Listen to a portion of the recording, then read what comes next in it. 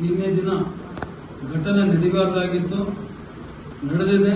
ಅದಕ್ಕೆ ವಿಷಾದಿಸ್ತಾ ಇದ್ದೇನೆ. ಇವತ್ತು ಪತ್ರಕರ್ತರು ಅಂತಂದ್ರೆ ಸರ್ಕಾರಗಳಿರಲಿ, ಶಾಸಕರಿರಲಿ, ಕೆಲ ಅಧಿಕಾರಿಗಳು ಅಸ್ಪೃಶ್ಯತ ನೀತಿ ನಮ್ಮ ಮಧ್ಯೆ ಭೇದ ಭಾವ ಮಾಡ್ತಾನೆ.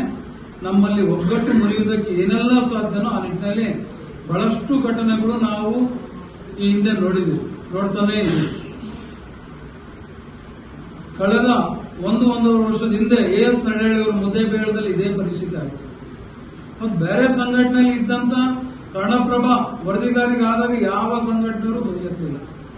ಇಡೀ ರಾಜ್ಯಾದ್ಯಂತ ದೊಡ್ಡ ಮಟ್ಟದಾಗಿ ಧ್ವನಿ ಮೊಳಗಿಸಿ ಆ ಶಾಸಕರ ವಿರುದ್ಧ ಹೋರಾಟ ನಡೆದಂತ ಸಂದರ್ಭದಲ್ಲಿ AS ನಡಹಳ್ಳಿ ಅವರು ಕ್ಷಮಾಪಣೆ ಕೇಳಿದ್ರು ಸಹ ಈ ಒಂದು ಘಟನೆ ಇಡೀ ರಾಜ್ಯಾದ್ಯಂತ ಪ್ರತಿಧ್ವನಿಸಿ ಮುಂದಿನ ಒಂದು ಚುನಾವಣೆಗೆ ಸೋಲು ಕಾಣುವಂತ ಪರಿಸ್ಥಿತಿ ಒಂದು ನಿರ್ಮಾಣ ಆಯಿತು. ಇವತ್ತೇನು ಶಾಸಕರು ಇವತ್ತು ದುಡ್ಡಿನ ಮದ ಅಧಿಕಾರ ಮತದಿಂದ ಇವತ್ತು ಮಾತಾಡ್ತಾ ಇರ್ಬೋದು, ದಯಮಾಡಿ ಅದನ್ನೆಲ್ಲ ಬಿಟ್ಟು ಇವತ್ತು ನಮ್ಮ ತಾಲೂಕು ಅಧ್ಯಕ್ಷರು ರವಿ ದೊಡ್ಡಮನೆಯವರು ನನ್ನ ಗಮನಕ್ಕೆ ತಂದಂಗೆ ನಿನ್ನೆ ದಿನ ಶಾಸಕರಾದಂತಹ ಜಗದೀಶ್ ಗುಡಗಂಟಿಯವರು ನಮ್ಮ ಪದಾಧಿಕಾರಿಗಳ ಮಧ್ಯೆ ಏನ್ ಜಟಾಪಟಿ ನಡೀತು, ಏನ್ ಕೆಲವು ವಿಚಾರ ಆಯಿತು ಆ ವಿಡಿಯೋದಲ್ಲಿ ನಾನು ನೋಡಿದಂಗೆ, ಜೊತೆಗೆ ಇವತ್ತು ಸಂಕ್ಷಿಪ್ತ ವರದಿ ಜಮಖಂಡಿಯಿಂದ ಬಂದು ಇವತ್ತು ಬಾಗಲಕೋಟೆಗೆ ವರದಿ ನೀಡಿದಂತ ನಮ್ಮ ರವಿ ದೊಡ್ಡಮನೆಯವರ ವರದಿ ಅನ್ವಯ ನಾನು ಹೇಳಕ್ಕೆ ಇಷ್ಟಪಡ್ತಾ ಇದ್ದೀನಿ. ಮಾನ್ಯ ಶಾಸಕರೇ, ದಯಮಾಡಿ ಅದನ್ನೆಲ್ಲ ಬದಿಗೊತ್ತಿ ನೋಡಿ. ಇವತ್ತೇನು ನೀವು ಹೇಳಿದಿರೋ ನಮ್ಮ ಸಂಘ ರಿಜಿಸ್ಟರ್ ಆಗಿಲ್ಲ, ಇರೋದು ಒಂದೇ ಸಂಘಟನೆ ಅಂತ ಏನು ಪೂರ್ವಾಗ್ರಹ ಪೀಡಿತರಾಗಿದ್ರು, ದಯಮಾಡಿ ಆ ಕಣ್ಣಿಗೆ ಬಂದಿರುವ ಅಧಿಕಾರದ ಮದದ ಏನಿದು ಪೊರೆ ಅದನ್ನ ಕಳಿಸಿ ಹೊರಗಡೆ ಬರ್ಬೇಕಂತ ಈ ಸಂದರ್ಭದಲ್ಲಿ ಹೇಳ್ತಾ ಈ ವೇದಿಕೆ ಮೂಲಕ ಪತ್ರಕರ್ತರಿಗೆ ನಮ್ಮ ಸಂಘದ ರಿಜಿಸ್ಟ್ರೇಷನ್ ಕಾಪಿ ಇದು ಶಾಸಕರಿಗೆ ನೋಡು ಅಂತ ಹೇಳ್ತಾ, ಕನಿಷ್ಠ ತಿಳುವಳಿಕೆ ಒಬ್ಬ ಶಾಸಕರಾದಂತವ್ರು ನೀನು ಬೆಳೆಸ್ಕೋ. ಸುಮ್ಮನೆ ಮಾತಾಡೋ ತೆವಲಿಗೆ ಏನ್ ಬೇಕು ಮಾತಾಡಬೇಡ. ಇವತ್ತು ಅಧಿಕಾರಿ ವರ್ಗದವರು ಸೆಲೆಕ್ಟ್ ಮಾಡಕ್ ಇದ್ದಾರೆ.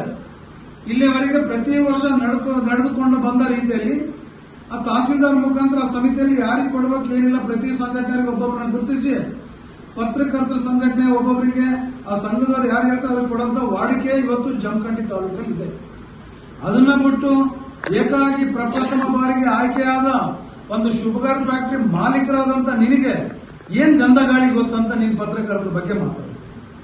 ಒಬ್ಬ PIಗಳು PS ಇಂಟೆಲಿಜೆನ್ಸ್ ಇರ್ತದೆ. ದಯಮಾಡಿ ಆ ನಿಟ್ಟಿನಲ್ಲಿ ಯಾರ ಬಗ್ಗೆನೇ ಒಂದು ಅವಹೇಳನಕಾರಿ ಮಾತಾಡಬೇಕಾದ್ರೆ ಎಚ್ಚರಿಕೆಯಿಂದ ನಿನ್ನ ಇಂಟೆಲಿಜೆನ್ಸ್ ರಿಪೋರ್ಟ್ ಪ್ಲಸ್ ನಿನ್ನ PIಗಳಿಂದ ಅದು ರಿಜಿಸ್ಟ್ರೇಷನ್ ಆಯಿತು, ನಕಲಿಯೋ ಅಸಲೋ ಅಂತ ಭಾರಿ ಬಿಗಿ ಹಿಡಿತದಿಂದ ಮಾತಾಡುವಂಥದ್ದು ಕಲಿ ಅಂತ ಈ ಸಂದರ್ಭದಲ್ಲಿ ನಿನಗೆ ಪಾಠ ಹೇಳಕ್ ನಾನು ಇಷ್ಟಪಡ್ತೀನಿ. ಆದಷ್ಟು ನೀನು ಆಗಸ್ಟ್ 10 ಒಳಗಡೆ ಇದಕ್ಕೆ ನನಗೆ ಉದ್ದಕ್ಕೆ ಬೆಳೆಸ್ಬೇಕಂತ ನನಗೆ ಇಷ್ಟ ಇಲ್ಲ. ಆದಷ್ಟು ಏನ್ ತಪ್ಪು ಮಾಡಿದೆಯೋ, ಸಂಘದ ರಿಜಿಸ್ಟ್ರೇಷನ್ ಇಲ್ಲ ಈ ತರ ಅಂತ ಹೇಳಿದೆಯೋ, ದಯಮಾಡಿ ಇವನ್ನ ರೆಕಾರ್ಡ್ಗಳೆಲ್ಲ ನೋಡಿ ಆನ್ಲೈನ್ ಸರ್ಚ್ ಮಾಡು.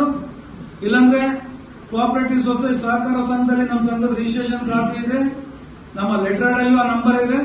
ದಯಮಾಡಿ ನಿಮ್ಮ PIಗಳು ಇಂಟೆಲಿಜೆನ್ಸ್ ಇಲ್ಲ ನಿಮ್ಮ ಅಧಿಕಾರಿಗಳ ಮುಖಾಂತರ ಪರಿಶೀಲನೆ ನಡೆಸಿ ನಮ್ದು ರಿಜಿಸ್ಟ್ರೇಷನ್ ಇದ್ದಿದ್ದು ಮನವರಿಕೆ ಆದ್ಮೇಲೆ ದಯಮಾಡಿ ಇವತ್ತೇನಾಗಿದೆ ಅದು ಮುಂದುವರಿಸೋದು ಬೇಡ. ನಮ್ಮ ಒಂದು ಪದಾಧಿಕಾರಿಗಳಿಗೆ ಏನ್ ನೋವಾಗಿದೆ ಆ ನಿಟ್ಟಿನಲ್ಲಿ ಅವರ ಜೊತೆ ಮಾತಾಡಿ ಇದನ್ನ ಒಂದು ಅಂತ್ಯ ಆಡಬೇಕಾಗಿ ನಮ್ಮಲ್ಲಿ ವಿನಯಪೂರ್ವಕ ವಿನಂತಿ ಮಾಡ್ತಾ ಇದ್ದೀನಿ. ಇದಕ್ಕೂ ನೀನು ಹದ್ದು ಮೀರಿ ಹೋಯ್ತಂದ್ರೆ ನೀನಿದ್ರೆ ನಿನ್ನ ಮನೆ ಕೋಟ್ಯಾಧಿಪತಿ, ನೀನಿದ್ರೆ ನಿನ್ನ ಕ್ಷೇತ್ರಕ್ಕೆ ಶಾಸಕ, ಪ್ರತಿಯೊಬ್ಬರಿಗೂ ನಿಂತ್ಕೊಂಡ್ಬಿಟ್ಟು ಇವತ್ತು ಮಾಡಂತ ಕೆಲಸ ನಿಮ್ಮ ಜಮಖಂಡಿಯಲ್ಲಿ ಬಹಳಷ್ಟು ಇದಾವೆ. ಇವತ್ತು ಬಸ್ ಸ್ಟ್ಯಾಂಡ್ ಎಲ್ಲ ಇವತ್ತು ಕಬ್ಬಿನ ಗದ್ದೆಗಳಾಗಿ ಎಲ್ಲಿ ಬೇಕಾದಲ್ಲಿ ನೀರು ನಿಲ್ಲಂತ ಪರಿಸ್ಥಿತಿ, ಅನೇಕ ಜನಕ್ಕೆ ಏನು ಸವಲತ್ತಿಲ್ಲ. ಅಧಿಕಾರಿಗಳಿಗೆ ಕೈಕಾಲು ಮುಗಿದು ಗೋಗರಿತಿ ನಮ್ಮ ಕೈಯಲ್ಲಿ ಗ್ರಾಂಟ್ ತರಕ್ ಆಗ್ತಾ ಇಲ್ಲ, ಅಧಿಕಾರಿಗಳು ನೀವೇನೋ ಸಂಭಾಳಿಸಿ ಮಾಡಿ ಅಂತ ಗೋಗರೆದು ಇವತ್ತು ನಿಮ್ಮ ಕ್ಷೇತ್ರದ ಜನತೆ ನಿನ್ನೆಯಿಂದ ಕಂಟಿನ್ಯೂ ಆಗಿ ನನಗೆ ಫೋನ್ ಮಾಡ್ತಾರೆ. ದಯಮಾಡಿ ಯಾವುದೇ ಪತ್ರಕರ್ತನ ಇನ್ನೊಂದು ರೀತಿಯಿಂದ ಕಾಣಬೇಡ ಅಂತ ಈ ಸಂದರ್ಭದಲ್ಲಿ ನಿನಗೆ ಒಂದು ಮನವಿ ಮಾಡ್ತಾ, ನೀನೇನಾದ್ರೂ ಆಗಸ್ಟ್ 10 ಕೇಳದ ಇದ್ರೆ ಹತ್ರ ನಂತರ ಇಡೀ ರಾಜ್ಯಾದ್ಯಂತ ನಾನು ಹೋರಾಟಕ್ಕೆ ಕರೆ ಕೊಟ್ಟು ರಾಜ್ಯಪಾಲರಿಗೆ ನಿನ್ನ ಉಂಬು ತಂದ ಕುರಿತು ನಿನ್ನ ಮೇಲೆ ಕ್ರಮ ಆಗ್ಬೇಕಂದ್ಬಿಟ್ಟು ರಾಜ್ಯಪಾಲರಿಗೆ ಒಂದು ಧರಣಿ ಮೂಲಕ ಒಂದು ಮೆಮೊರಾಂಡಂ ಸಲ್ಲಿಸುವ ಮೂಲಕ ಇಡೀ ರಾಜ್ಯಾದ್ಯಂತ ಹೋರಾಟಕ್ಕೆ ನಾನು ಕರೆ ಕೊಡ್ತೀನಿ ಅಂತ ಈ ಸಂದರ್ಭದಲ್ಲಿ ಮನವಿ ಮಾಡ್ತಾ, ಆಗಸ್ಟ್ 15 ನಮ್ಮ ಡಿ.ಬಿ. ಬಾಬು ನಮ್ಮ ಜಿಲ್ಲಾಧ್ಯಕ್ಷ ಏನಿದ್ದಾರೆ ಅವರ ನೇತೃತ್ವದಲ್ಲಿ ಇಡೀ ಜಿಲ್ಲೆ ಎಲ್ಲಾ ತಾಲೂಕಿನ ಪತ್ರಕರ್ತರು ಆಗಸ್ಟ್ 15 ಜಮಖಂಡಿ ತಾಲೂಕಲ್ಲಿ ಏನು ಕ್ರೀಡಾಂಗಣದಲ್ಲಿ ಇವತ್ತೇನು ಧ್ವಜಾರೋಹಣ ಕಾರ್ಯಕ್ರಮ ಇದೆ, ಅದಕ್ಕೆ ಯಾವುದೇ ನಾವು ಒಂದು ರಾಷ್ಟ್ರಕ್ಕೆ ಏನು ಲಾಂಛನ ಇದೆ, ಒಂದೇನಿದೆ ಅದಕ್ಕೆ ನಾವು ಗೌರವಿಸಿ ಶಾಸಕರು ಮಾಡಿದಂತ ಪತ್ರಕರ್ತರಿಗೆ ಅವಮಾನದ ದೃಷ್ಟಿಯಿಂದ ಅವರಿಗೆ ಕಪ್ಪು ಬಟ್ಟೆ ತೋರಿಸುವುದರ ಮುಖಾಂತರ ಅವರ ಕಾರ್ಯವೈಖರಿನ ನಾವು ಕಣಿಸುವಂತ ಕೆಲಸ